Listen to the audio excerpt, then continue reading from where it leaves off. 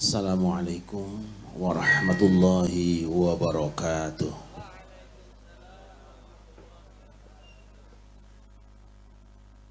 Alhamdulillahi haqqa hamdih. Wassalatu wassalamu ala sayyidina Muhammadin khairi ibadih wa ala alihi wa ashabihi wa man tabi'ahu min ba'dih. Rabbi shrah li sadri wa yassir li amri wahlul 'uqdatam min lisani yafqahu qawli. Subhanaka la ilma lana illa ma 'allamtana innaka antal alimul hakim. Amma ba'du. Al-mukarramun, para alim ulama, para kiai, para habaib, para guru, para sesepuh dan tokoh masyarakat, segenap pengurus dan jamaah Masjid Al-Akmal, hadirin hamba-hamba Allah sidang maulid yang dimuliakan. Alhamdulillah, dengan izin Allah pada malam hari ini kita semua dipertemukan di tempat yang barokah ini.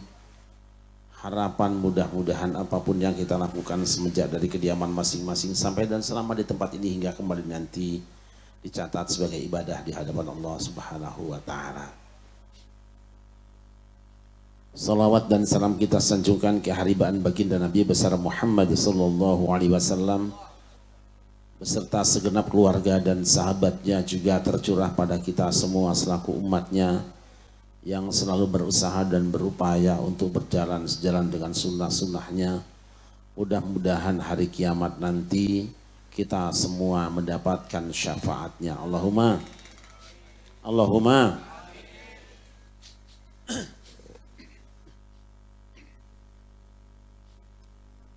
Belakangan ini saya sering mendapat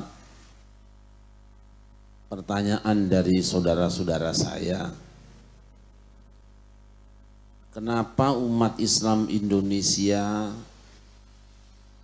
sampai hari ini masih terus mengadakan peringatan-peringatan?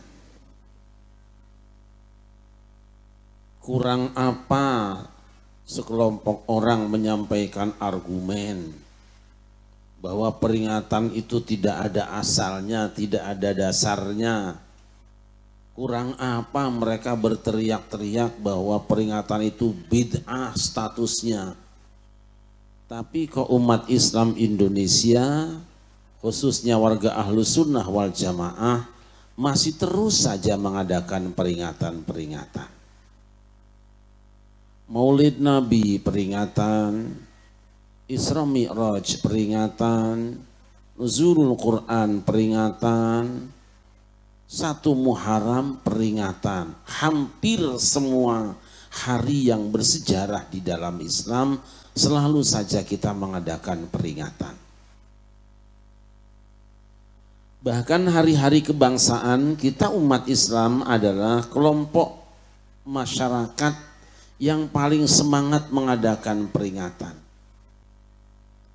17 Agustus peringatan, 28 Oktober peringatan, 10 November peringatan, bahkan 25 Desember juga. Nah, itu nggak boleh, bukan kita urusannya. Bahkan di bungkus-bungkus rokok juga ada peringatan. Itu kalau kita buka rokok ada tulisannya di luar, peringatan merokok membunuhmu. Cuman yang mengherankan, tiap hari Pak RT bakarin rokok, tiap hari Pak RT ngisepin rokok, matiin rokok, rokoknya sudah pada mati, RT-nya orang mati-mati.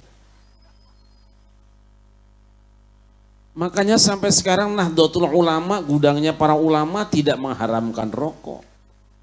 Sampai hari ini Majelis Ulama sebagai pusat kumpulnya para ulama juga tidak mengharamkan rokok.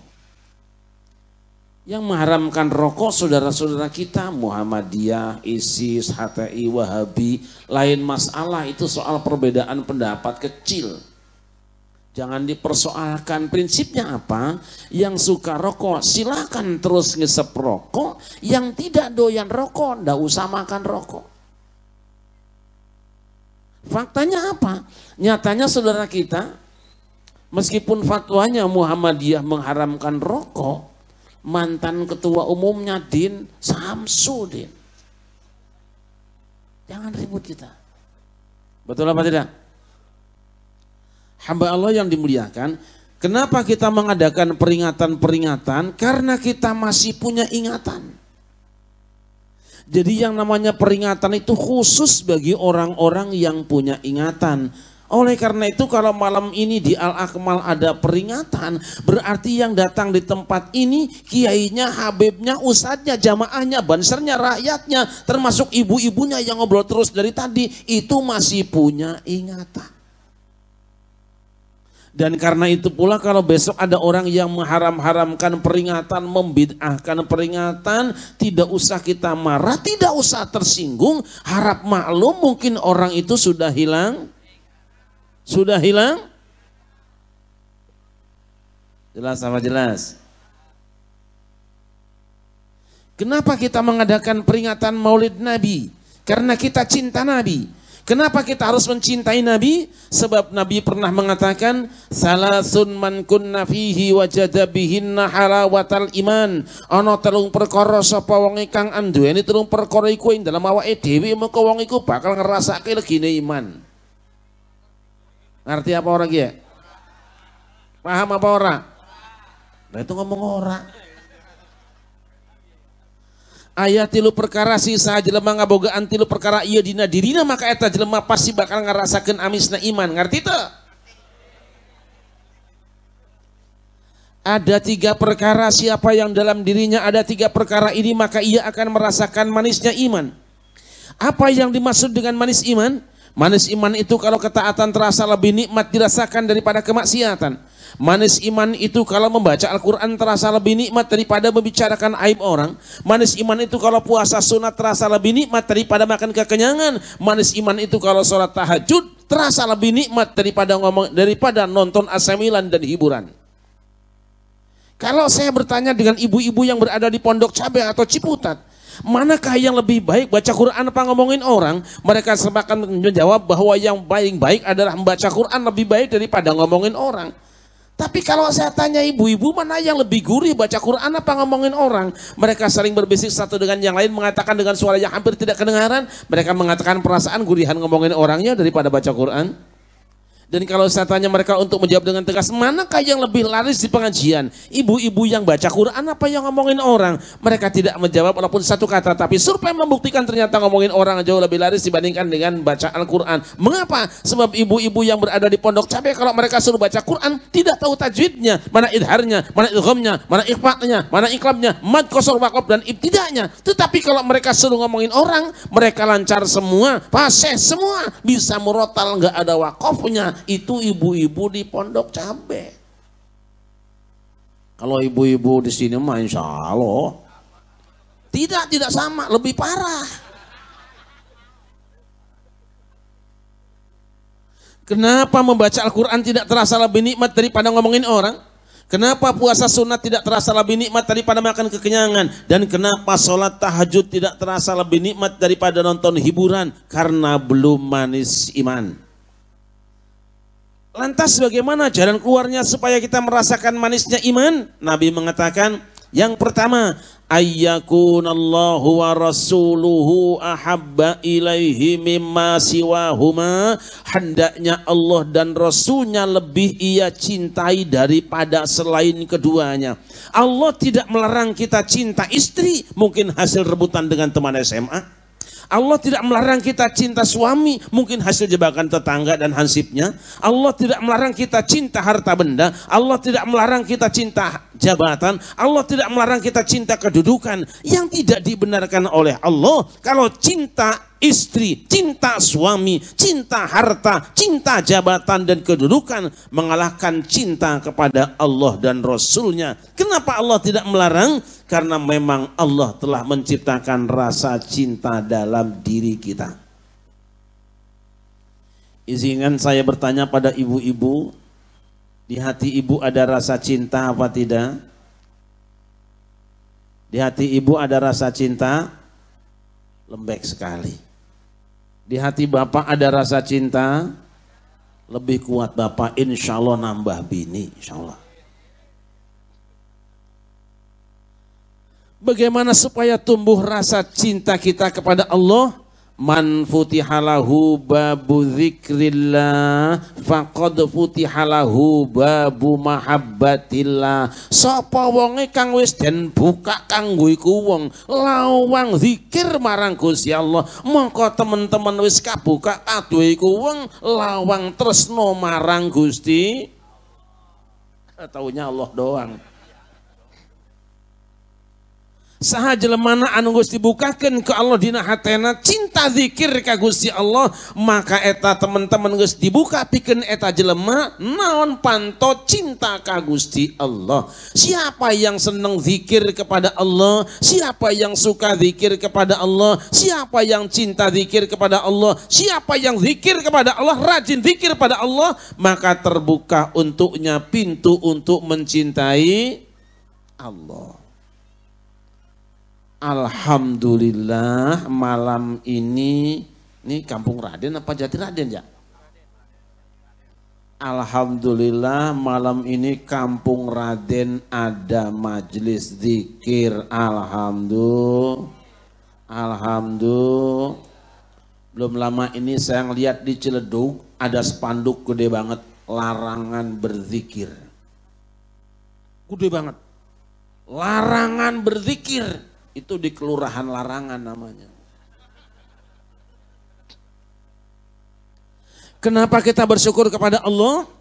Sebab malam ini kata Nabi, innalillahi malaikatan sayyahina yaltamisuna majalisa dzikri fa idza wajadu qauman yadhkuruna Allah ta'ala halummu ila hajatikum fayuhibunahum bi ajnihatihim. Allah punya satpol PP dari kalangan malaikat, Allah punya banser dari kalangan malaikat, Allah punya polisi dari kalangan malaikat yang sangat banyak jumlahnya. Apa kerja mereka? Yaltamisuna majalisa dzikri, mencari-cari majelis zikir. Di tempat ini yang datang tidak puluhan ribu orang, tapi malaikat-malaikat Allah yang kumpul di sini bukan cuma puluhan ribu, bukan cuma ratusan ribu, bisa jadi jutaan malaikat turun pada malam hari ini. Untuk apa? Saat orang yang beriman ada yang membaca Al-Quran, malaikat tenang mendengarkan. Ketika ada orang yang zikiran, malaikat ikut zikiran. Ketika ada yang baca salawat, malaikat ikut salawatan. Dan ketika ada orang yang membaca doa, insya Allah malaikat mengaminkan doa-doa kita semua. Allahumma.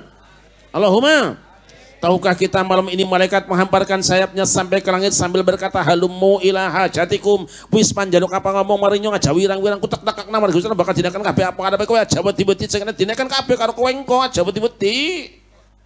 Ngerti apa ora? Sok prak nyarita anjeun di dia ngomong di harapan aing hayang naon sia ka ku aing bajakeun kalau bakal dibegeun ku manesian nu ka hayang anjeun. Tok era-era sia di dia.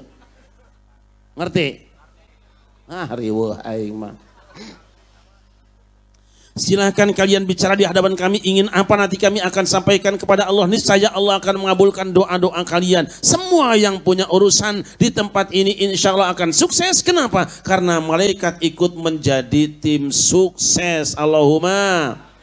Lain sama tim sukses caleg, ari caleg mah kadang-kadang timnya sukses, calegnya gagal malah Kenapa stres? Dikerjain sama tim sukses. Kenapa dikerjain sama tim sukses? Sebab waktu sedang butuh, Masya Allah luar biasa. Maulid ngasih sambutan, Isra Mi'raj ngasih sumbangan, ada orang hajat dia kondangan, orang meriang ngasih bantuan, orang mati ikut nganter ke kuburan. Giliran sudah jadi wakil rakyat, boro-boro ngasih sumbangan diundang maulid gitu, nongol-nongol, tuh muncul-muncul.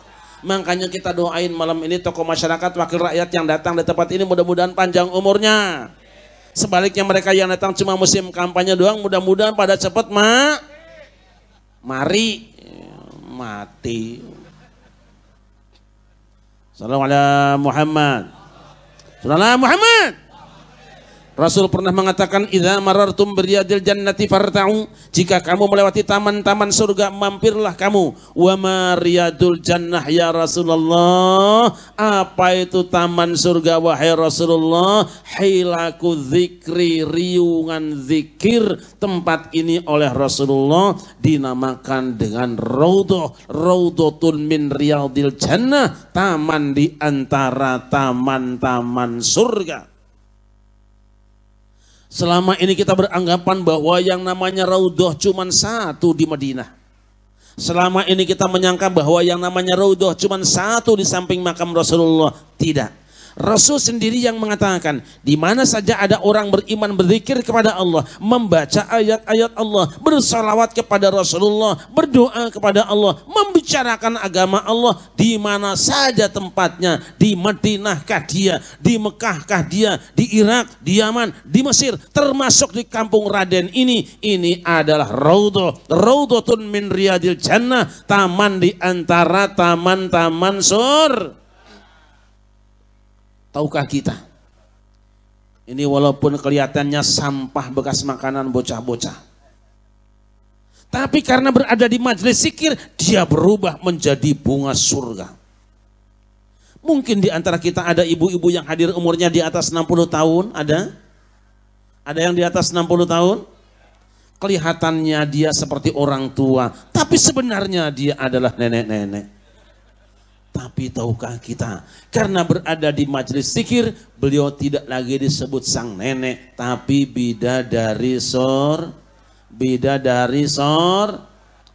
Walaupun ini raudhahnya Dewan Pimpinan Cabang, sebab Dewan Pimpinan pusatnya ada di Madinah. Meskipun ini cuma Dewan Pimpinan Cabang, kalau ibu-ibu yang kudungnya kuning mati malam ini di tempat ini, insya Allah masuk surga, amin. Dah malam ini yang amin udah banyak nih.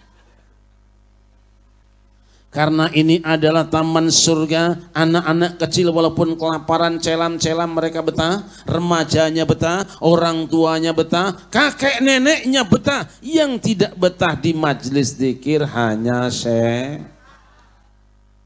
Kenapa saudara-saudara? Sebab yang namanya setan, kalau ada orang yang membaca Al-Quran akan kebakaran. Kalau ada orang yang berzikir akan kepanasan. Ada orang yang baca selawat dia akan kelojotan. Begitu orang berdoa cabut pergi entah kemana jalan. Makanya kalau besok selesai sholat berjamaah di masjid kita, imamnya ngajak zikir berjamaah, imamnya ngajak doa berjamaah, ada jamaah yang minggat duluan, berarti jamaah itu sudah kesurupan. Tapi kalau kiai lagi ceramah ada yang nyender-nyender di tembok masjid ngantuk-ngantuk, berarti orang itu sudah kerasukan. Dan kalau ada ibu-ibu yang pulang duluan gendong anaknya, berarti yang digendong tuh anak. Kenapa saudara-saudara? Sebab belakangan ini di Indonesia muncul sekelompok orang yang menyalah-nyalahkan amaliyah Ahlus Sunnah wal Jamaah. Menyalahkan amaliyah guru-guru kita di masjid kita selama ini. Mereka mengatakan zikir berjamaah bid'ah, doa berjamaah bid'ah, tahlilan bid'ah, ziarah kubur bid'ah, maulid nabi bid'ah, Isra Mi'raj bid'ah. Semua amal kita dianggap bid'ah. Kita tidak usah marah, kudu sableng sabar. Kita tidak usah marah saudara-saudara, sebab umat Islam sudah biasa beda pendapat, lain pendapatan, betul? Sesama umat Islam walaupun beda pendapat, lain pendapatan, punya dua kewajiban. Kewajiban yang pertama apa? Saling menyayangi, saling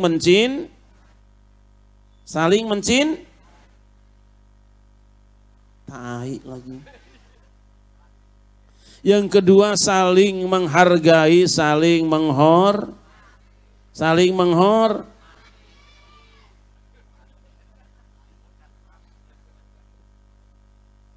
Tapi kalau terus-terusan umat Islam Indonesia disalah-salahkan, Mereka mengatakan zikir berjamaah bid'ah, doa berjamaah bid'ah, tahlilan bid'ah, ziarah kubur bid'ah, maulid bid'ah, Isra Mi'raj bid'ah. Kompaklah umat Islam, kompaklah antara santrinya, remajanya, bansernya, kiainya, aparatnya untuk menghalau orang-orang yang tidak cinta dengan kedamaian seperti ini, yang tidak menghargai perbedaan pendapat di antara kita. Kompaklah seperti kompaknya keluarga Kanjeng Nabi Ibrahim alaihissalam. وَأَوْحَيْنَا إِلَيْكَ أَنِ اتَّبِعْ مِلَّةَ إِبْرَاهِيمَ حَنِيفًا وَمَا كَانَ مِنَ الْمُشْرِكِينَ.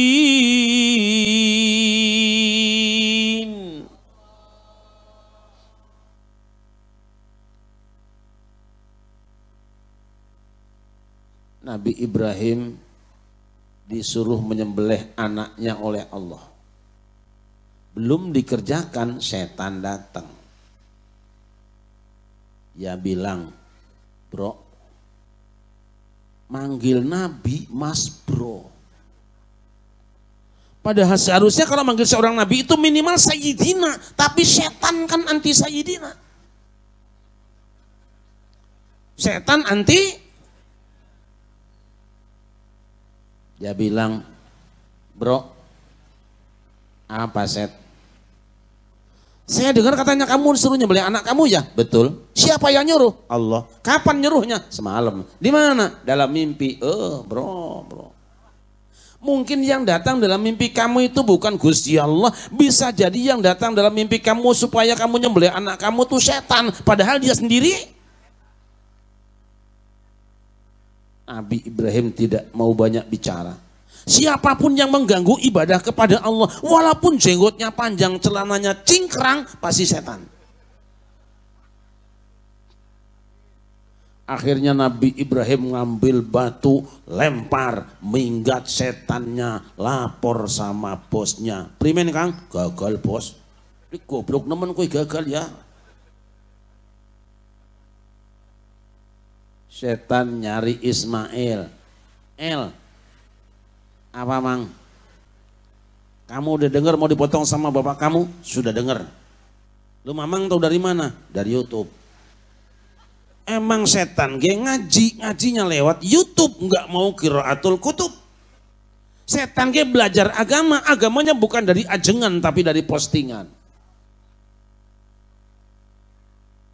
Ismail tidak mau banyak bicara. Siapapun yang mengganggu ibadah kepada Allah, walaupun bajunya kayak daster, kepalanya mirip ban skuter, pasti setan. Dia ambil batu, lempar, minggat setannya, lapor sama bosnya. Primen Kang? Gagal maning bos. Asem kue gagal maning ya. Mail tuh bocah cilik. Iya bos, Mail tak bocah cilik tapi tangannya macicil, matanya mendelik. Yang beda serampang patu ping pitu ngasih bengkek gegeri nyong ki orang ngerosak nuna sampean lah. Ini ngerti apa orang ya? Orang paham ini.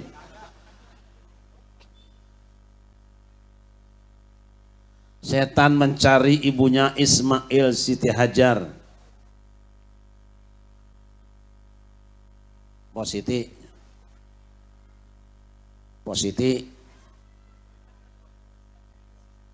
Ada positi. Apa tan? Apa kamu sudah dengar suami kamu akan sembelih anak kamu Ismail? Sudah dengar. Ingat positi, waktu anakmu masih bayi cidit pindah ke tempat ini tanpa ATM, tanpa rekening, tanpa JPS, tanpa OKOC.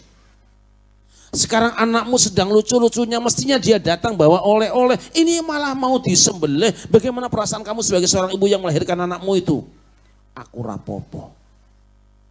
Tapi karena setan terus-terusan mengganggu dan menggoda, Siti Hajar kehilangan kesabaran, ambil batu, lempar, minggat setannya, lapor sama bosnya. Primen Kang?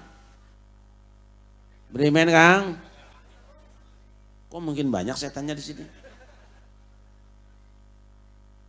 Gagalnya setan merusak keluarga Kanjeng Nabi Ibrahim. Selamatnya keluarga Kanjeng Nabi Ibrahim dari aliran setan karena Ismail sebagai remaja Masjid Al-Akmalnya.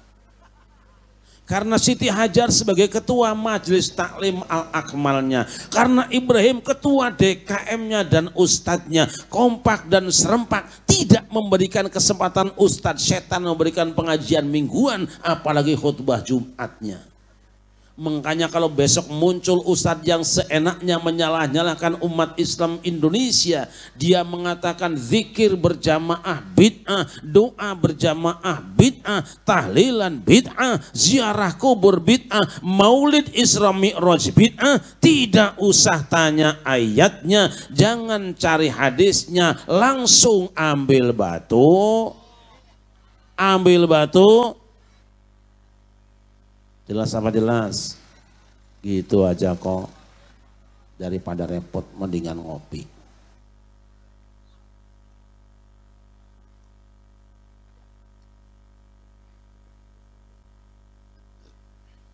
Malaikat lapor pada Allah.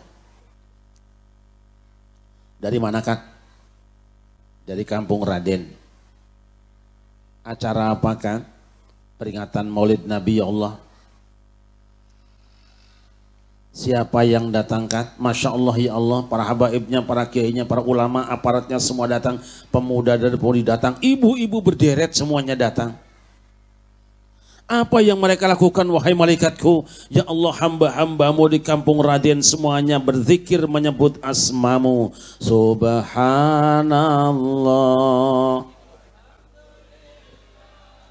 Wala Wallahu akbar.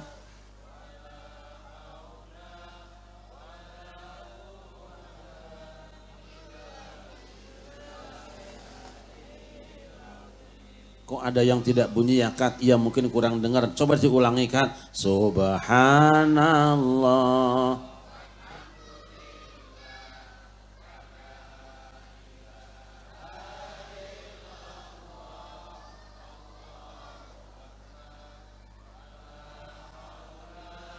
Wala quwwata illa.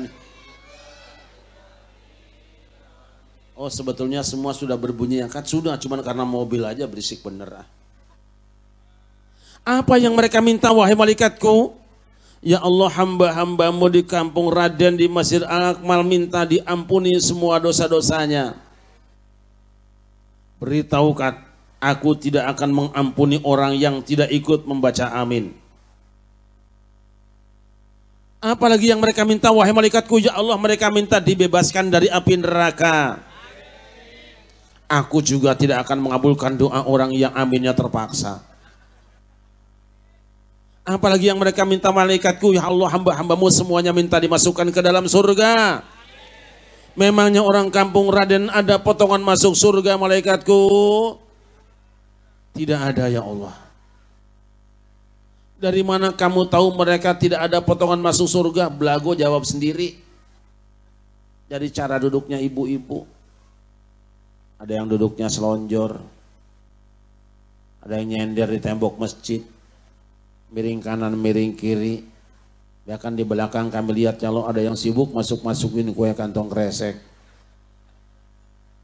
Adakah mereka melihat surga wahai malaikatku? Tidak ya Allah. Bagaimana kalau mereka melihat surga? Seandainya mereka melihat surga, ya Allah, pasti mereka akan histeris sejeritan minta dimasukkan ke dalam surga. Isyhadu ya malaikati anni qad ghafartu lahum. Saksikan wahai malaikatku, sungguh mereka semua sudah kuampuni dosa-dosanya. Allahumma. Iya, ada malaikat yang interupsi. Boleh nanya ya Allah, apa kan? Kan tidak semua orang yang datang di tempat itu membaca kitab sucimu. Tidak semua orang yang datang di tempat itu berzikir menyebut asmamu. Tidak semua mereka bersolawat kepada kekasihmu Muhammad. Dan tidak semuanya mendengarkan pengajian tentang agamamu. Memang ada yang lain kan? Ada ya Allah.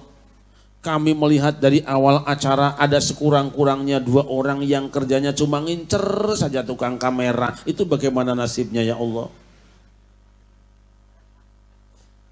Allah berfirman, humul julasa'ul ladzi la yashqa bihim jalisuhum. Hai malaikatku, orang-orang yang duduk di tempat itu adalah orang-orang soleh. Siapapun bergabung dengan mereka, termasuk yang berdiri lagi moto sebelah kiri kiai, itu tidak akan pernah merugi. Termasuk orang yang ketiduran, tidak akan merugi. Karena dosa mereka semua sudah kuampuni. Alhamdulillah. Begitu indahnya majlis ini, duduknya doang ngebersihin dosa. Acara indah seperti ini, ada yang bilang bid, ada yang bilang bid, dan cokoi. Hamba Allah yang dimuliakan. Begitu indahnya zikir. Tetapi terkadang batin kita berbisik seolah-olah zikir tidak ada maknanya, tidak ada artinya, tidak ada gunanya. Padahal para nabi, para wali dan orang-orang soleh terdahulu sampai hari ini ketika mereka berhadapan dengan tantangan dan rintangan, dengan godaan ujian dan cobaan, mereka senantiasa berzikir kepada Allah, berdoa mohon pada Allah Subhanahu wa ta'ala. Selamanya itu jalan keluar akhirnya. Mereka tidak terlalu percayakan pada otak dan ototnya, tapi mereka bersandar pada Allah Subhanahu. Wah, luar biasa nih bocah, dikira mesti ada isinya kalimat. Sallu ala Muhammad. Sallu ala Muhammad. Lihat kanjeng Nabi Adam. Adam dan Hawa sedang enak-enaknya berumah tangga. Tiba-tiba datang orang ketiga. Orang ketiga itu adalah lawan politiknya yang ingin menjatuhkan dari kehormatannya. Apa yang terjadi? Adam dan Hawa jatuh dari surga. Hawa jatuhnya di Jeddah. Adam jatuhnya di India. Untung saja Allah Subhanahu wa ta'ala bermurah kepada Adam. Adam mendapatkan WA wahyu Allah. Fatalaqa Adamu min rabbih kalimatin fataba alaihi innahu huwat tawwabur rahim.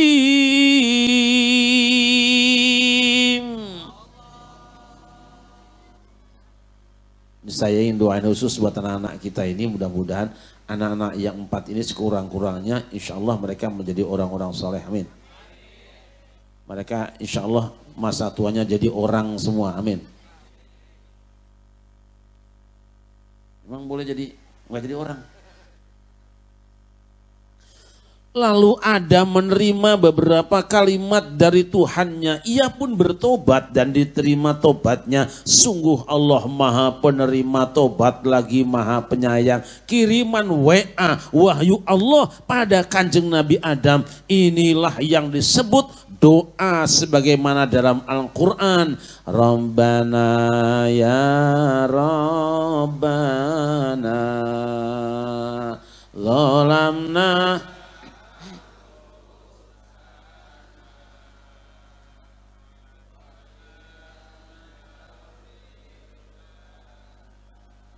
wa tarhamna.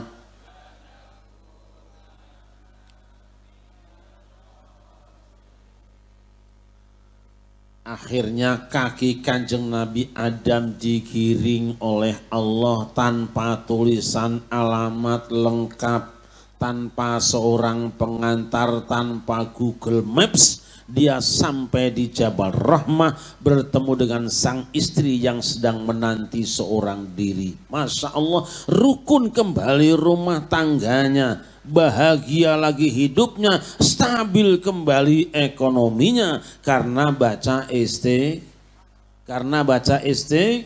maka siapa yang seret rizkinya, susah ekonomi dan materinya, jangan salahkan siapa-siapa. Koreksi diri, bangunlah menjelang pagi, baca istighfar. Astaghfirullah. Astaghfirullah. Rabbi zidni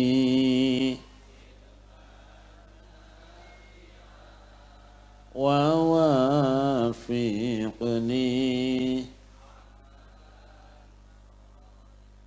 Bingung dah, ada amal soleh, amalan makbulah. Hebatnya istighfar. Malam ini saya ijazahkan buat panjenengan semua yang ingin dimudahkan rizki, karena yang namanya istighfar itu juga adalah obat dan jimat. Kapan baca istighfarnya, berapa kali, kudu jelas dosisnya. Secara umum orang kalau bikin dosa hendaknya langsung istighfar tobat pada Allah, tapi ada waktu khusus yang membuat istighfar berperan khusus. Kapan? 2 ayat di Quran. Yang pertama, wal mustaghfirina bil ashar. Yang kedua, wabil ashari hum yastaghfirun. Membaca istighfar itu waktunya saat sahur, qubaila subhi biqalil, beberapa detik, beberapa menit sebelum datang waktu subuh. Ini waktu yang paling tepat baca istighfar. Bangunlah jam 3:30 pagi, mandilah kita, keramas, kemudian tahajud, walaupun 2 dengan 1 rakaat, duduklah baca istighfar.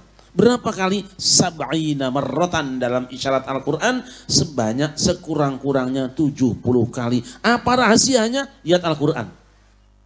Wa qul tastaghfiru rabbakum innahu kana ghaffara yursilis samaa'a 'alaikum midrara wa yumdidukum bi amwalin wa banina wa yaj'al lakum jannatin wa yaj'al lakum anhara. Istaghfiru rabbakum. Mohon ampunlah kamu semua, beristighfarlah kamu semua kepada Tuhan kamu. Innahu kana ghaffara, sesungguhnya dia zat yang maha pengampun. Apa rahasianya? Yursilis samaa'a 'alaikum midrara, niscaya Allah turunkan hujan yang berlimpah berkah. Yang kedua, wa yumdidukum bi amwalin, lebar ekonomi kamu, wa banin, cerdas-cerdas dan sehat-sehat anak kamu, wa yaj'al lakum jannatin, kebun-kebun kamu akan subur, wa yaj'al lakum anharo, nelayan pun akan panen, tidak kudu nangkep menterinya. Jaminan Allah. Ekonomi, jalan keluarnya adalah istighfar, tapi memang waktunya berat dan mahal. Jam 4 pagi panjenengan duduk baca istighfar. Alhamdulillah kalau kampung Raden mah yang saya dengar asal jam 4 pagi udah pada bangun baik. Udah ngapain ya? Masya Allah. Ini contoh istighfar saudara-saudara. Nabi Yunus adalah seorang dai kondang mubalik terkenal, tapi kabur meninggalkan kaumnya, cemplungkan ke lautan, dimakan ikan. Teorinya orang dimakan ikan hancur tubuhnya, hancur keluar menjadi kotoran ikan, tapi tidak dengan Nabi Yunus. Kenapa saudara-saudara? Sebab Nabi Yunus sakti mondrogono matek aji kasekten, punya jimat. Hakikatnya Allah yang kuasa. Apa yang dibacanya? Dia membaca tasbih.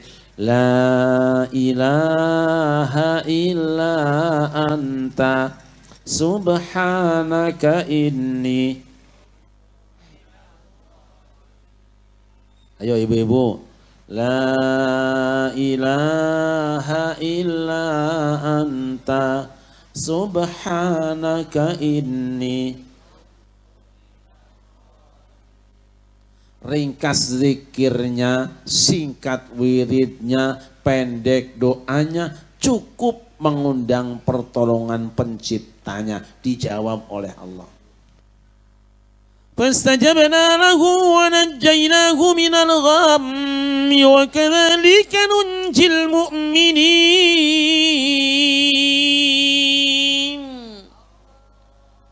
Maka kami perkenankan doa Yunus, kami selamatkan ia dari kegelapan hidupnya. Begitulah kami selamatkan orang-orang yang beriman. Yunus keluar dari perut ikan dalam keadaan segar bugar, sedikit pun tiada ternoda. Mengapa Yunus menjadi sakti? Karena dia membaca tasbih.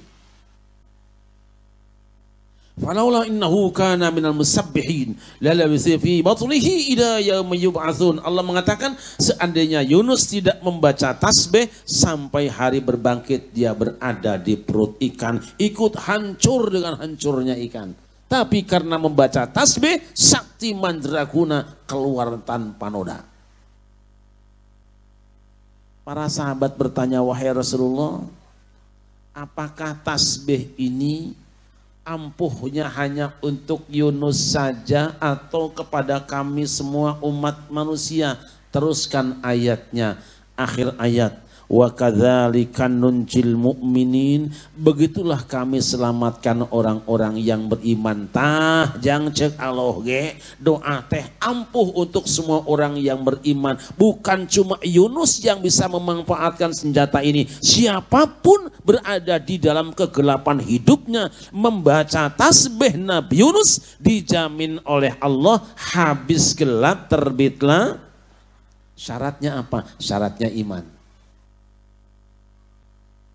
Punten, saya mau tanya ini, malam ini ada Pak RT enggak di sini? Ada Pak RT kita? MC kita? Masya Allah. Ini RT berkah, kita doain biar panjang umurnya ya.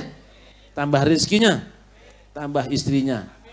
Walah pura-pura lu girang aja. Gue doain mudah-mudahan Pak RT yang mana saja yang datang malam ini mudah-mudahan tahun besok diangkat jadi lurah di pedalaman Irian Jaya. Amin.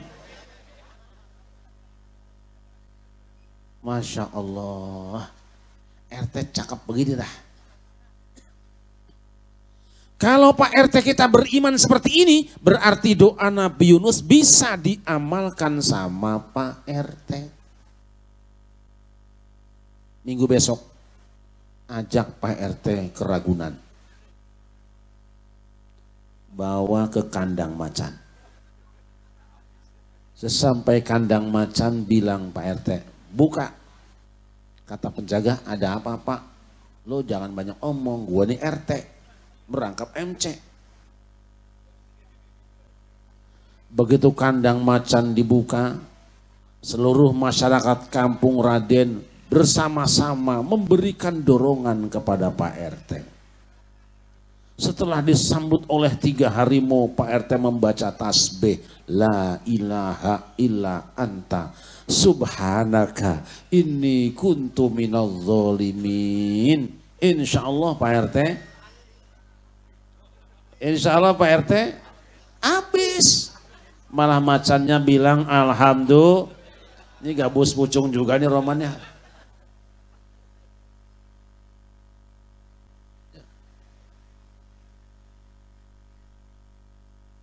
Masya Allah, ini anak soleh-soleh ini. Wah, lebih cakep lagi kalau sendal ono masuk-masukin.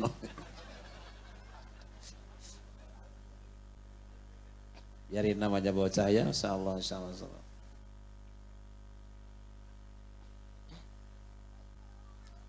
Lihat kanjeng Nabi Ibrahim. Nabi Ibrahim itu seorang nabi yang sangat hebat ketika dianggap teroris ditangkap oleh Namrud, dibakar dalam api yang sangat besar. Teorinya orang yang dibakar api akan hancur tubuhnya, jadi debu terbang di tiup angin. Tapi orang kanjeng Nabi Ibrahim mergo apa? Nganggo klambi ontoseno. Kanjeng Nabi Ibrahim pakai baju ontoseno. Ontoseno itu bahasa Arab cuma dijawakan antaso inuna. Engkau ya Allah yang menjaga membentengi kami. Apa yang dibaca kanjeng Nabi Ibrahim? Hasbunallah wa ni'mal wakil.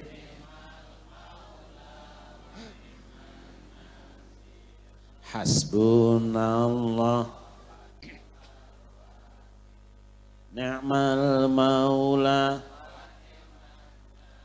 Ayo kompak, hasbunallah.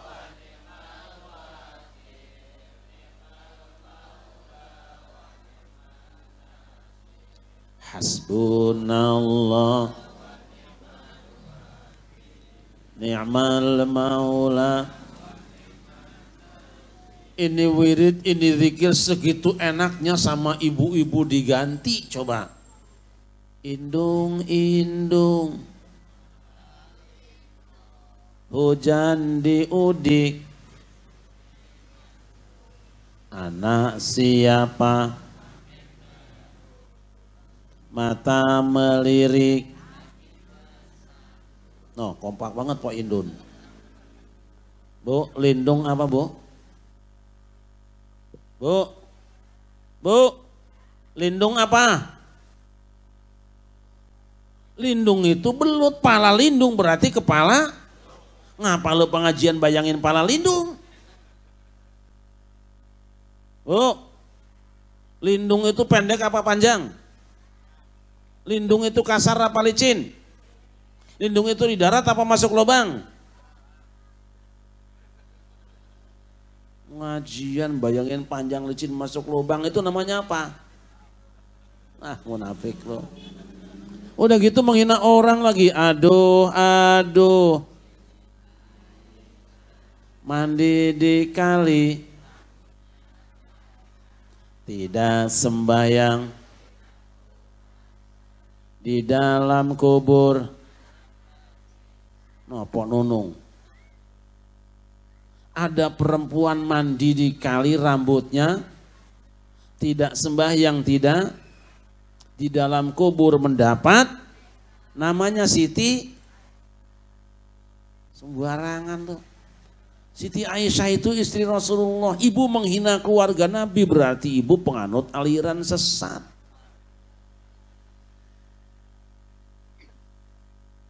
Ayo hasbunallah wa ni'mal wakil.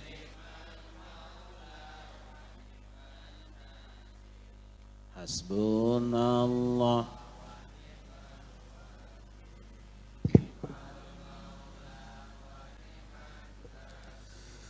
Qulna ya naru kuni bardan wa salaman ala Ibrahim.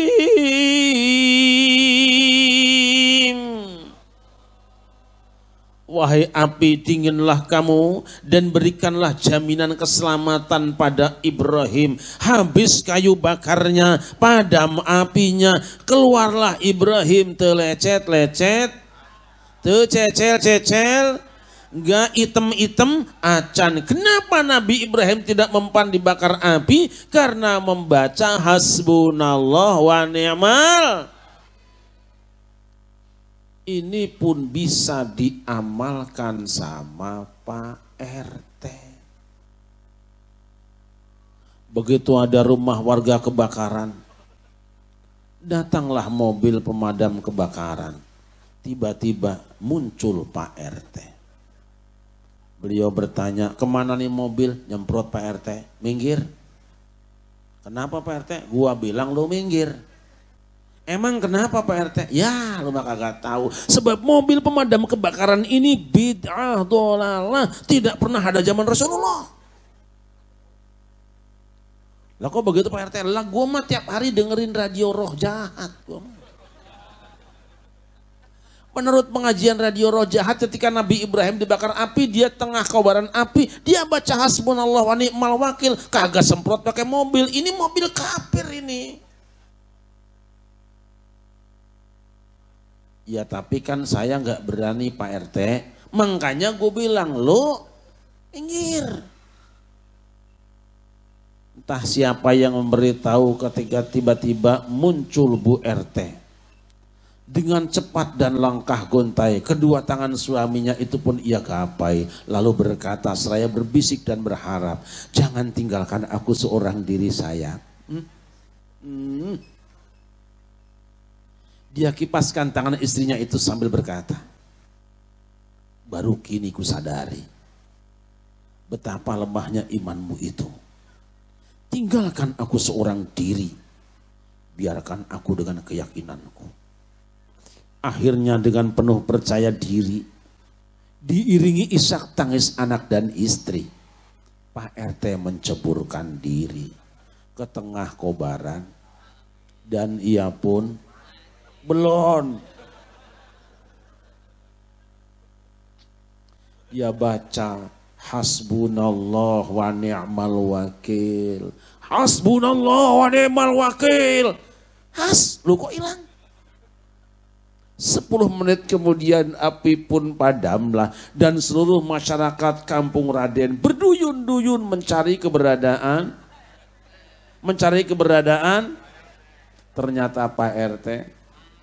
Ternyata Pak RT mateng.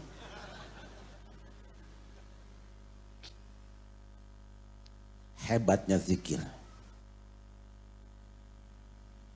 Lihat Kanjeng Nabi Zakaria, saudara-saudara. Nabi Zakaria umurnya 120 tahun, istrinya 79 tahun belum punya anak.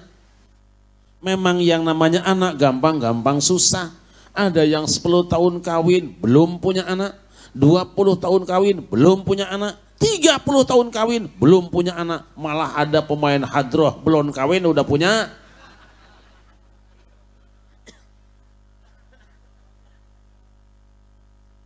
Ia berdoa kepada Allah.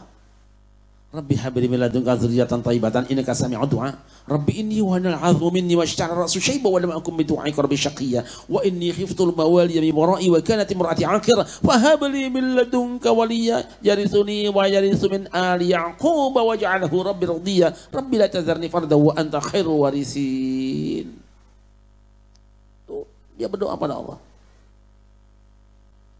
Diijabah oleh Allah. Ya Zakaria, inna nubashshiruka bi ghulamin ismuhu Yahya lam naj'al lahu min qablu samiyya. Wahai Zakaria, kami berikan kabar gembira pada kamu.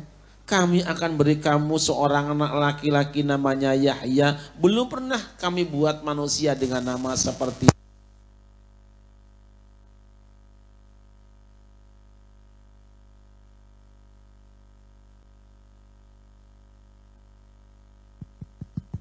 terus baterai kali ya. Kaget Nabi Zakaria, ya Allah, bagaimana aku akan punya anak sedangkan umurku sudah tua dan istriku mandul dari muda. Allah jawab, huwa alayya hayyinu wa qad khalaqtuka min qablu wa lam taku syai'a.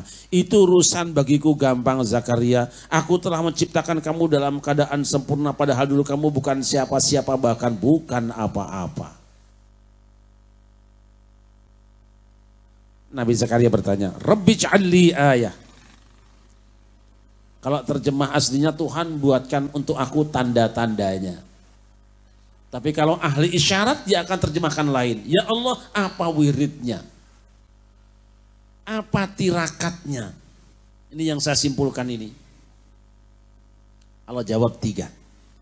Yen kowe pengen temen duwe anak Zakaria lakonono 3 iki.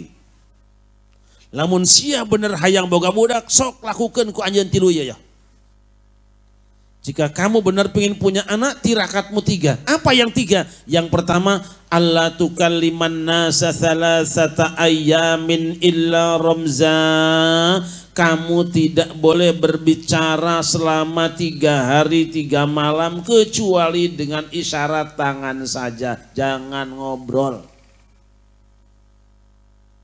Yang kedua Zakaria, wadhkur rabbaka katsira, banyaklah engkau berzikir pada Tuhanmu. 3 hari 3 malam Zakaria tidak ngobrol tapi banyak zikir, persis dengan ibu-ibu Kampung Raden, kagak zikir banyak. Yang ketiga, wasabbih bil asyyi wal ibkar, bacalah tasbih pagi dan petang.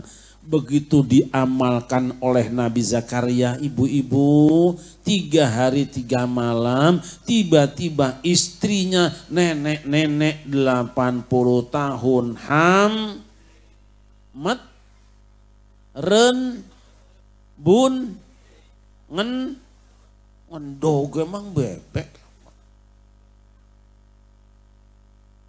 Kenapa istri Nabi Zakaria nenek-nenek 80 tahun kok bisa hamil? Karena Nabi Zakaria membaca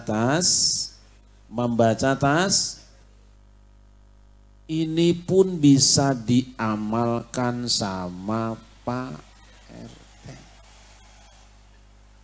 Cari nenek-nenek 80 tahun kawinkan sama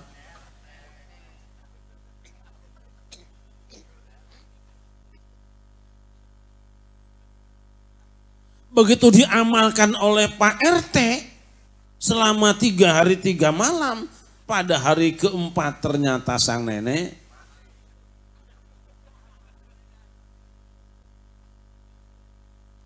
hamba Allah yang dimuliakan. Yang pertama, jika kita ingin nikmat ibadah, maniskan iman. Kalau kita ingin manis iman, kudu banyak zikir kepada Allah. Silakan pilih zikirnya yang mana, kapan waktunya. Karena zikir ada 2. Ada zikir jahar, ada zikir khafi. Apa zikir jahar? Zikir jahar itu kedengaran suaranya karena berbunyi. Apa zikir khafi? Zikir khafi tanpa suara tapi ada rasanya. Ada jahar, ada khafi. Ayat dahar, ayat. Zikir jahar itu kayak dahar, ada suara piringnya, tapi zikir khafi tanpa suara, hanya yang melakukannya, yang merasakannya.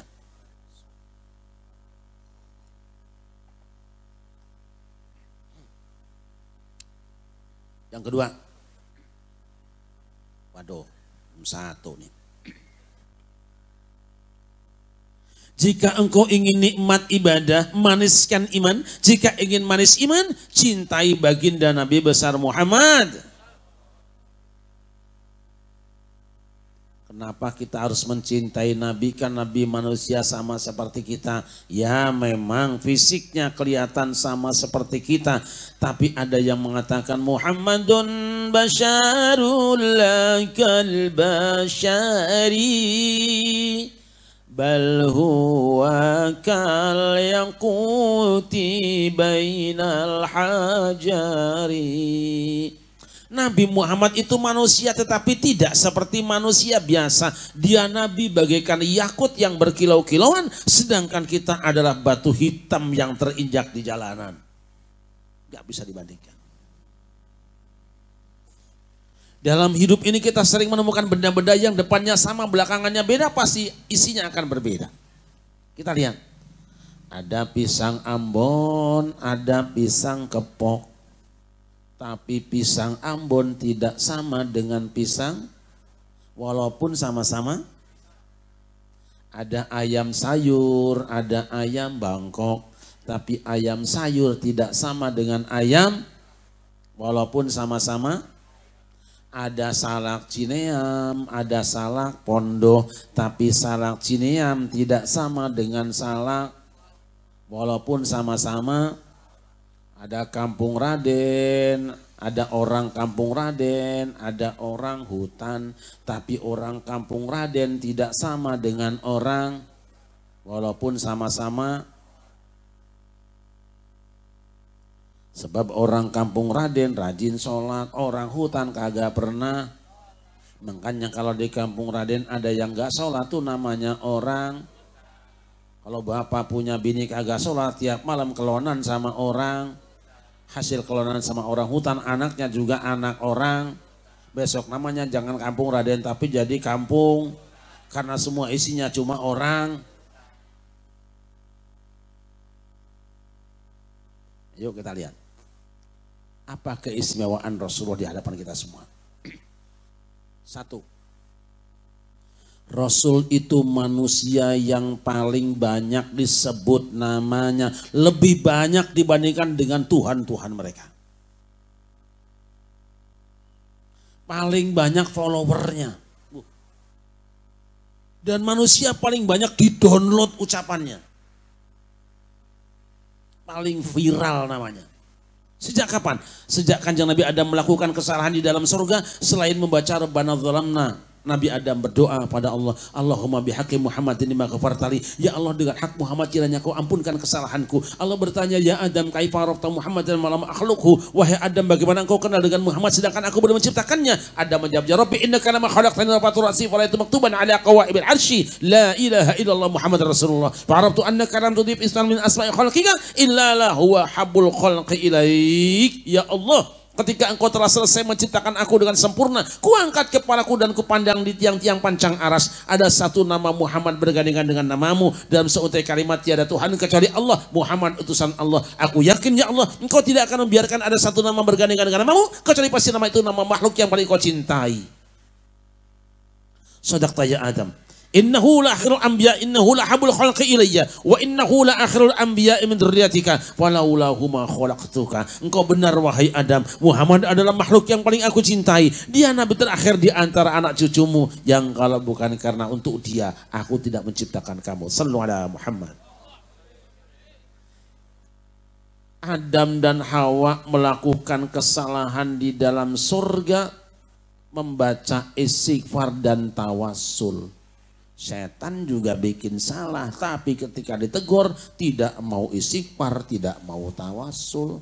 Kenapa? Sebab setan anti istighfar, anti istighfar, anti. Makanya kalau ada ustadz mengharam-haramkan tawassul, itu ustadz murid. Alhamdulillah, keluarga saya di Kampung Raden ini, yang saya dengar dari DKM, termasuk warga yang rajin baca rawi, betul? Ini namanya apa? Rawi ya? Rawi apa maulid apa berjanji? Rawi ya? Masya Allah. Punya orok baca rawi, sunatan baca, kawinan baca, maulid baca, Isra Miraj baca, pindahan rumah ke baca. Karena kita jago, kita kan jago rawi. Subhanallah. Ini paket nih. Satu, Nabi Muhammad itu manusia yang paling banyak disebut namanya. Dua, beliau adalah manusia yang paling mulia nasabnya. Kenapa? Lihat Al-Barzanji. نقله إلى مقره من صدفة آمنة الزهرية وخصها القريب المجيب بأن تكون أما لمصطفى.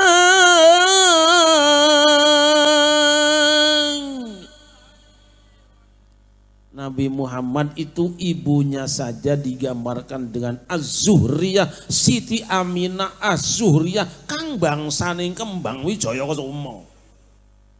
Bunga, kembang. Artinya apa? Kita tahu namanya kembang itu selalu menjadi lambang keindahan. Gadis cantik disebut kembang desa. Bocah lucu kembang buruan. Coba. Ada orang besar meninggal dunia, kita kirimkan karangan bunga. Ada orang selesai bangun gedung tinggi, ucapan selamat dengan karangan bunga.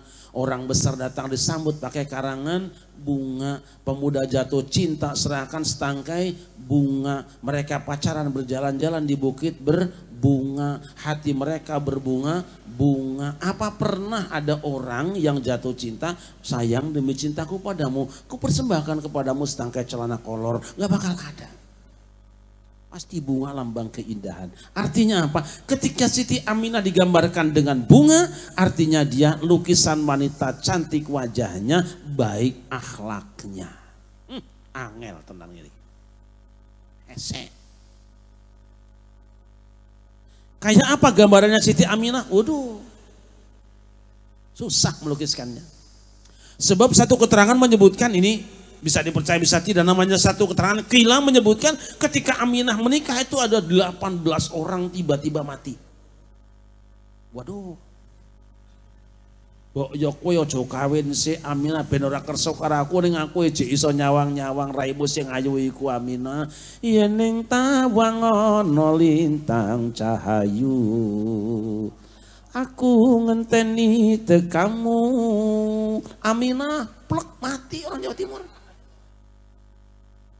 Datang orang Cianjur, penggemar juga, fans berat. Kahoyong magelis tong nikah heula wios teh kesajeng akang oge pan akang tiasa kana nyawang-nyawang nyalira. Duh eneng teu nyana gelis lir bulan purnama, jadi buah hati ana midede ka bina-bina. Munte emut kana qadar tinang tos anak tes sasar. Aduh neng masing kasobar ngemut ke nasib jeung qadar. Aminah plek mati. Orang Medan butet plek. 18 orang mati gara-gara ditinggal kawin Aminah. Percis Aminah kampung Raden. Begitu kawin ada 18 ekor ayam mati. Itu gak dipaksa. Kayak apa? Cukup ambil lukisan Al-Quran. Kalau kita ingin menggambarkan Aminah, gambarkan dengan istrinya Kanjeng Nabi Musa. Siapa namanya, Bu? Nah, aing mah. Sofuro. Ketika Musa kenal dengan seorang perempuan sedang ngantri ngambil air untuk ternaknya, dibantuin sama dia, si perempuan jatuh cinta juga, cuma ngelapor sama bapaknya. Lain ceritanya, Pak, itu ada cowok bantuin kita, badannya kuat lagi be, angkat be jadi karyawan kita. Alah nih jatuh cinta. Memang perempuan yang suci tandanya itu pemalu. Kalau pemalu keluarnya 3. Ini tolong anak-anak muda yang belum kawin dulu lihat ciri ini 3 nih. Udah dibunuh aja.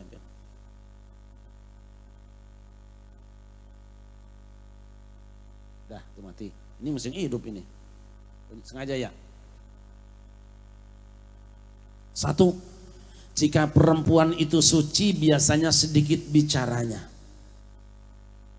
Ditanya 1 kata, jawaban 1 kata. Tidak lebih dari itu. Makanya Rasul mengatakan ketika engkau melamar seorang wanita, qabuluha simatuha. Tanda dia menerima lamaranmu, diem. Jadi kalau diem ditanya, mau.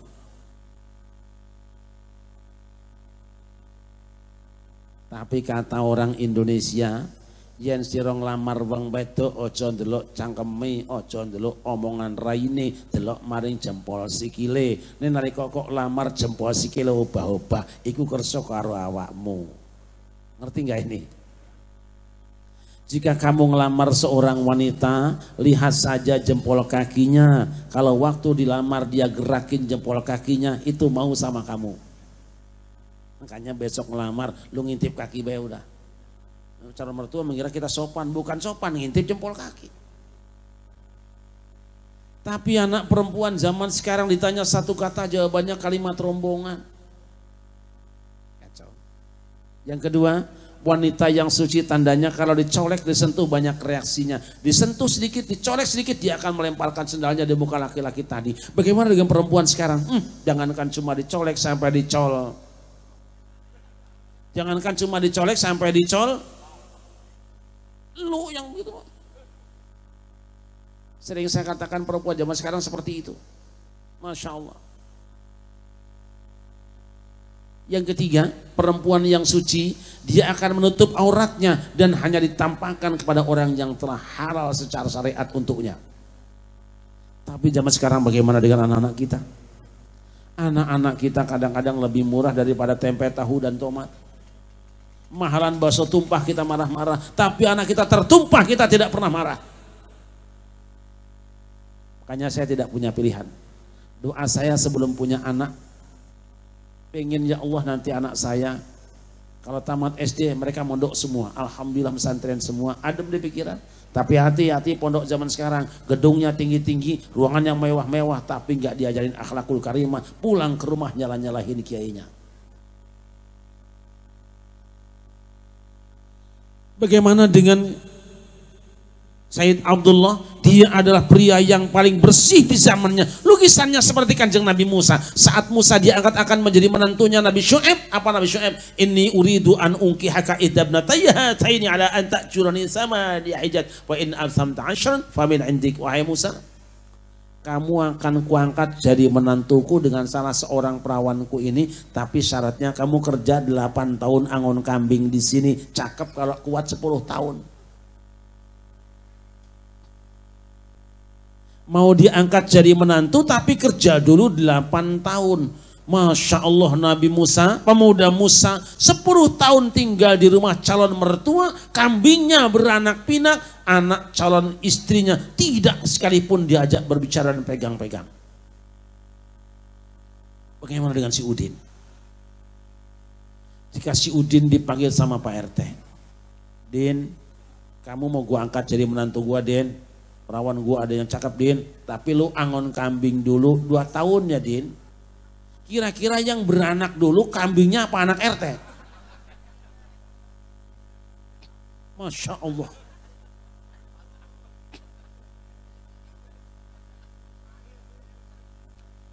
Luar biasa. Dari sepasang suami istri seperti inilah, dari suami istri yang bersih antara Said Abdullah dan Siti Aminah, wajar kalau hasil cetakannya itu baginda Nabi besar Muhammad. Sebab apa? Kata orang Jawa yang namanya akhlak tunggak jarak melarak tunggak jati semi kacang ora tinggalan jarane. Cek orang Sunda mah teng manuk teng anak meraku kunjungan uyah mah tara TS kaluhur. Kata orang Jakarta air cucuran atap jatuhnya ke pelimbahan juga jatuhnya buah takkan jauh dari pohonnya. Akhlak anak bagaimana orang tuanya. Sebab apa? Orang tua adalah guru pertama. Ada peribahasa mengatakan guru kencing berdiri, murid kencing berlari. Lah kalau gurunya kentut berbunyi, besok muridnya kentut berisi. Siapa yang salah? Ayo. Ini penting. Hamba yang dimuliakan. Ini yang kedua, Nabi Muhammad adalah manusia yang paling mulia nasabnya. Yang ketiga, Nabi Muhammad adalah manusia yang paling sempurna akhlaknya. Kenapa? Memang beliau ditugaskan untuk menyempurnakan akhlak. Yuk. Ya Rasulullah, salamun alaik ya rafi'a sya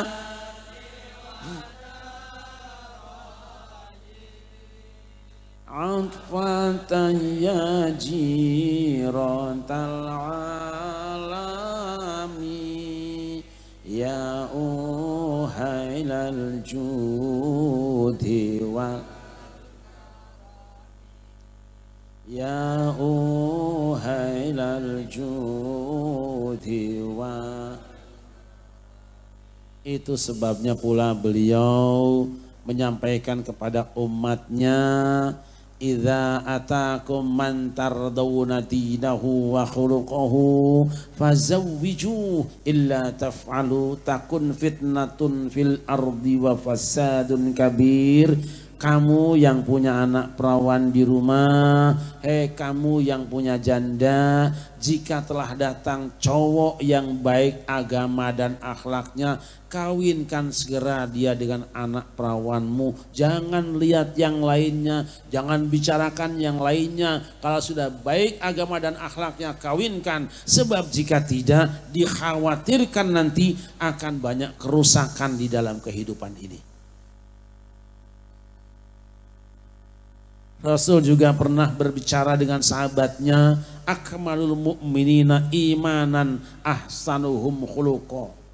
Ini Masjid Al-Akmal ini. Yang paling sempurna. Orang beriman yang paling sempurna imannya, indikatornya adalah yang paling baik akhlaknya. Beliau bertanya dengan sahabatnya, wahai para sahabatku, tahukah kalian semua siapa manusia yang paling aku cintai di dunia ini dan kelak hari kiamat yang paling dekat tempatnya di dalam surga dengan aku? Para sahabat menjawab, Allah wa rasuluhu a'lam. Allah dan Rasulnya lebih tahu. Lalu Nabi bersabda, Inna ahabbakum ilayya wa aqrabakum minni majlisan yaumal qiyamah ahsanukum khuluqa. Orang yang paling aku cintai di antara kamu dalam kehidupan ini dan yang kelak paling dekat tempatnya di dalam surga dengan aku adalah orang yang paling baik akhlaknya. Ternyata puncak kemuliaan manusia adalah akhlaknya. Benih biji adalah akidahnya. Syariat adalah pohonnya, sedangkan akhlak adalah buahnya. Kita tidak akan bertanya seperti apa benihnya. Kita tidak akan bertanya seperti apa pohonnya. Yang kita tanya, buah ini manis, asam atau pahit. Jadilah kita semua buah yang manis-manis, karena sesungguhnya ini yang akan dikonsumsi di tengah kehidupan umat manusia. Sallu ala Nabi Muhammad. Sallu ala Muhammad. Lihatlah hamba-hamba Allah yang dimuliakan. Kemuliaan Rasulullah dalam akhlaknya sampai diabadikan dalam Al-Quran. Allah yang mengumumkan, wa innaka la'ala khuluqin azim. Muhammad, sungguh akhlakmu sangat agung. Mengapa akhlak beliau sangat agung? Karena akhlak beliau adalah Al-Quranul Karim. Jadi siapa yang ingin melihat seperti apa akhlak Rasulullah dan ingin mencontoh akhlak Rasulullah, usahakan dia membaca Al-Quran setiap saat. Dialah seorang suami teladan, dialah seorang ayah teladan, dialah seorang pengusaha teladan, dia ahli ibadah teladan, dia pula seorang pemimpin teladan. Karena Rasulullah di dalam menghadapi kehidupan ini senantiasa menggunakan Al-Quranul Karim. Hamba Allah yang dimuliakan, saya akan berikan contoh satu saja untuk Rasulullah sebagai seorang pemimpin keluarga. Mengapa beliau menjadi teladan bagi istri-istrinya?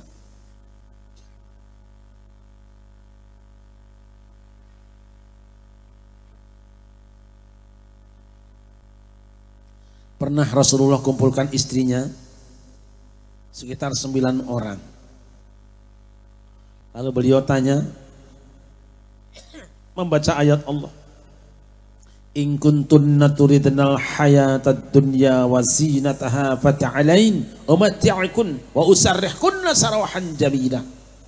Wahai istri-istriku, jika kamu semua menghendaki materi dunia dan segala perhiasan dan keindahannya, akan kupuaskan kamu, akan kucumponi karepmu, tapi di saat yang sama aku ceraikan kamu dengan sebaik-baiknya. Kamu pilih istriku dalam keadaan kaya raya tanpa aku di sampingmu, atau aku bersamamu tidak punya apa-apa? Apa jawaban istrinya? Wahai Rasulullah, daripada kami punya dunia seisinya tanpa paduka di samping kami, lebih baik kami tidak punya apa-apa, asal kau perkenankan aku berada di sampingmu.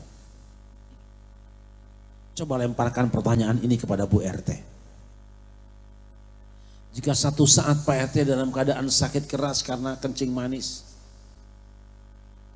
sehingga malam hari senantiasa ingkar nasi, tidak mau makan nasi, tiba-tiba sedang dirawat, dia berkata kepada sang istri, sayang,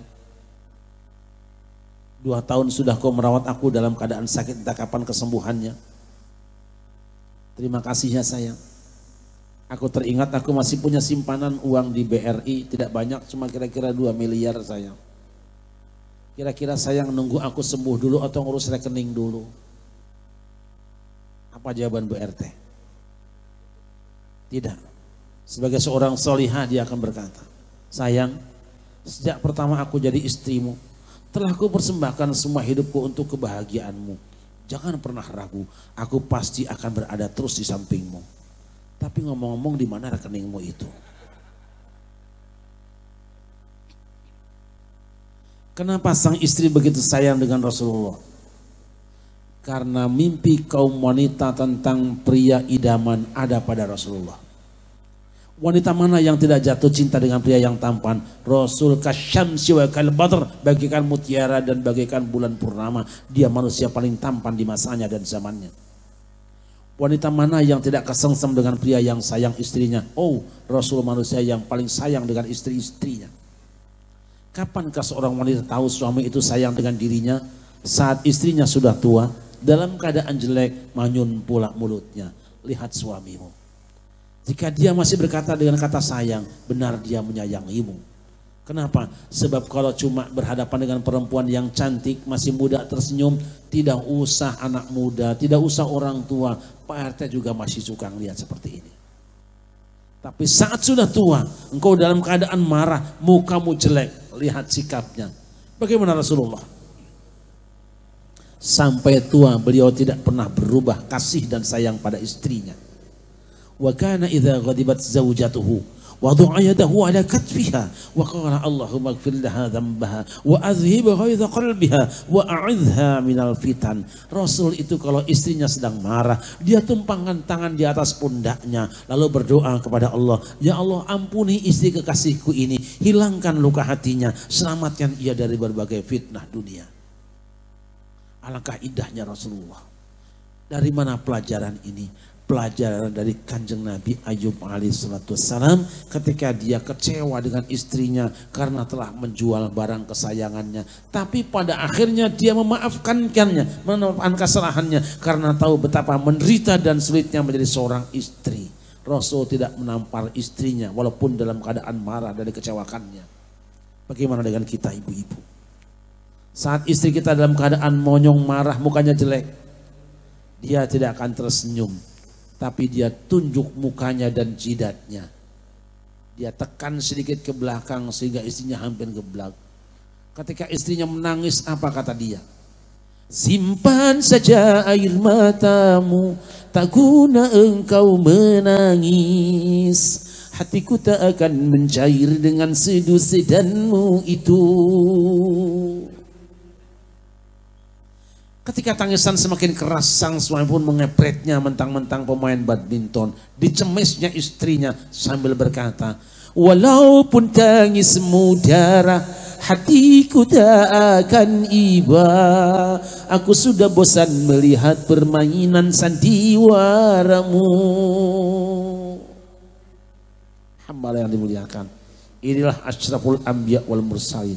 Lihatlah ketika Nabi Nuh mendoakan dihancurkan kaumnya. Lihatlah ketika Nabi Musa mendoakan dihancurkan kaumnya. Lihatlah ketika Nabi Yunus meninggalkan kaumnya. Tapi Rasulullah dilempari oleh umatnya, robek pakaiannya, tanggal giginya, bercucuran darah badannya. Datanglah Jibril AS untuk memberikan bantuan. Mintalah malaikat gunung untuk menghancurkan mereka. Tapi apa jawaban Rasulullah? Ma bu'istu la'anan, innama bu'istu da'iyan merahmatan. Aku diutus bukan untuk mencaci maki orang, bukan untuk nyumpahin orang, bukan untuk doain jelek orang. Aku diutus untuk menyeru kebenaran sambil menjadi wujud kasih sayang Tuhan pada mereka. Apa yang meluncur dari mulutnya bukan kutukan, bukan mendoakan jelek, bukan mendoakan hancur. Yang keluar apa? Allahumma hdi qaumi fa innahum la ya'lamun. Ya Allah, bimbing bangsaku karena mereka tidak tahu apa-apa. Allahumma ighfir li qaumi fa innahum la ya'lamun. Ya Allah, ampuni bangsaku karena mereka tidak tahu apa-apa. Lihatlah asyraful anbiya wal mursalin dalam keadaan disakiti pribadinya, dilukai tubuhnya, tapi lisannya tetap manis mendoakan orang lain. Siapa gerangan hari ini yang mengikuti perilakunya? Jangan-jangan kita justru kebalikannya. Semoga Allah Subhanahu wa taala membimbing hati kita semuanya untuk senantiasa dapat menteladani Rasulullah sallallahu alaihi wasallam. Misi Rasulullah adalah dalam rangka memperbaiki akhlak umat manusia. Siapa yang ingin menjadi pengikut Rasulullah, siapa yang ingin dekat dengan Rasulullah, ilal jannah, sampai di surga, maka mari kita semua menjadi orang-orang yang berakhlakul karimah. Mudah-mudahan apa yang saya sampaikan ada manfaatnya. Sebelum dipungkas tadi ada buku Kitab Munajat. Kitab Munajat itu kumpulan doa terbaik seluruh dunia, insya Allah. Ya. Itu saya tidak banyak bawanya, paling cuma 100 biji. Bagi yang memerlukannya silahkan ambil. Manfaatnya banyak, bisa untuk ruqyah. Jika ada orang yang sakit, disiapkan airnya, baca, nanti diberikan. Kalau ada orang yang diganggu oleh jin, bacakan saja di sampingnya, tidak usah megang, insya Allah jinnya akan keluar. Jika ada istri kesurupan, itu tidak perlu dibaca, pukulkan aja di mukanya, insya Allah dia juga kapok sendiri orang ngamuk. Rumah ada jinnya, siapkan garamnya, airnya dibacakan bareng-bareng, kita taburkan sekeliling atau di pintu rumah kita. Saya tidak banyak bawanya, cuma sedikit. Yang memerlukan silakan langsung di sana. Saya tidak menjual ya, tolong saya tidak menjual ya. Sama sekali saya tidak menjualnya. Yang perlu tinggal ngambil dan bayarnya di situ juga ya. Mohon maaf jika ada hal yang kurang berkenan. Kita doakan para guru-guru kita semua, para sesepuh kita semua. Mudah-mudahan mereka diberikan kesehatan dan umur panjang. Dan kita persembahkan suratul Fatihah untuk para perintis, para pendiri dan jamaah masjid Al-Akmal yang sudah berpulang ke rahmatullah. Semoga Allah muliakan di alam kuburnya. Ala hadhiniyah Al-Fatihah. A'udzubillahi minasyaitonir rajim. Bismillahirrahmanirrahim. Alhamdulillahirabbil alamin arrahmanirrahim. Mustaqim. Siratal ladzina an'amta 'alaihim ghairil maghdubi 'alaihim waladdallin. Ini mungkin ada teman-teman yang tidak tahu nih, yang hitam-hitam ini, belangkonan ini kebetulan jamaah dari Padepokan Dakwah Sunan Kalijaga yang saya rintis sebagai jamaah tradisional Indonesia yang insya Allah akan bersama-sama dengan yang lain untuk mempertahankan akidah Ahlus Sunnah wal Jamaah. Ini alhamdulillah sudah seluruh Nusantara sudah ada, tapi kami biasa menggunakan baju hitam-hitam. Kenapa? Karena hitam itu yang paling mahal di dunia. Baju paling mahal di dunia itu baju hitam, bajunya Ka'bah itu paling mahal. Warnanya hitam. Dan batu paling mahal juga black opal Kalimaya, warnanya hitam. Bukan untuk sombong, artinya apa? Kalau hitam itu sebetulnya karena kami jangan sampai kelihatan putih, karena aslinya emang kagak putih gitu kan. Supaya tidak sombong, supaya tidak merasa, dan terus berusaha karena sadar kami adalah orang-orang yang banyak dosa, yang ingin terus diputihkan hatinya oleh orang-orang soleh. Terima kasih. Hasbunallah wa ni'mal wakil. Wallahul muwaffiq ila aqwamit thoriq. Assalamualaikum warahmatullahi wabarakatuh.